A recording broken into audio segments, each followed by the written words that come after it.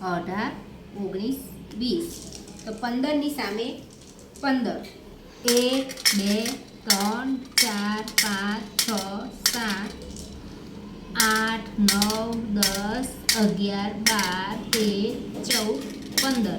તો 15ની સામે વર્ગીકરણ કરીએ તો 15ની સામે 15 પારા. 16. 1, 2, 3, 4, 5, 6, 7, 8, 9, 10, 11, 12, 13, 14, 15, 16. 16ની સામે 16 પારા, એ પણ લાલ કલરના. 17. 17ની સામે 17 પારા.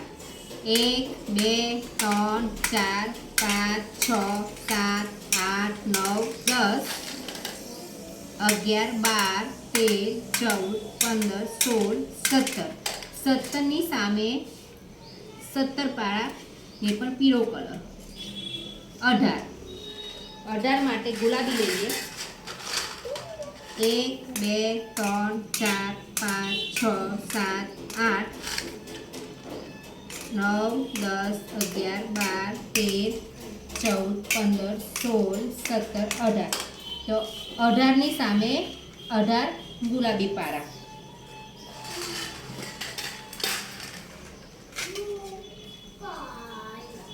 19.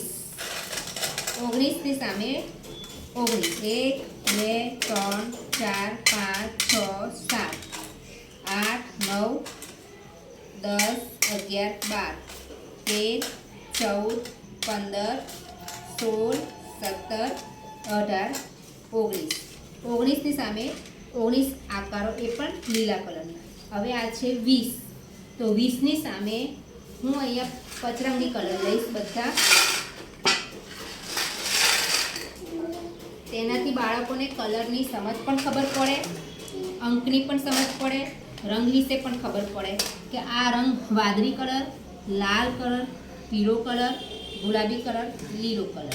તો આની સામે હું 20 કરીશ. 1, 2, 3, 4, 5, 6, 7, 8, 9, 10, 11, 12, 13, 14, 15, 16, 17, 18, 19, 20. તો આપણે અહીંયા બતાવી શકીએ છીએ કે 20 સાથે 20 પચરંગી કલરો છે. આ 15 છે. 15ની સામે વાદળી કલરના 15 પારા છે. આ 16 છે. 16ની સામે લાલ કલરના 16 કલર છે. આ 17 છે. 17ની સામે પીળા કલરના 17 પારા છે.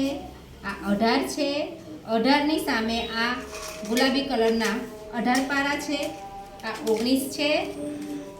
આ 19 છે. 19ની સામે બધા જ આકારો લીલા કલરના છે ને પણ 19 કલર છે. આ છેલ્લે 20. તો 20માં પચરંગી કલર 20.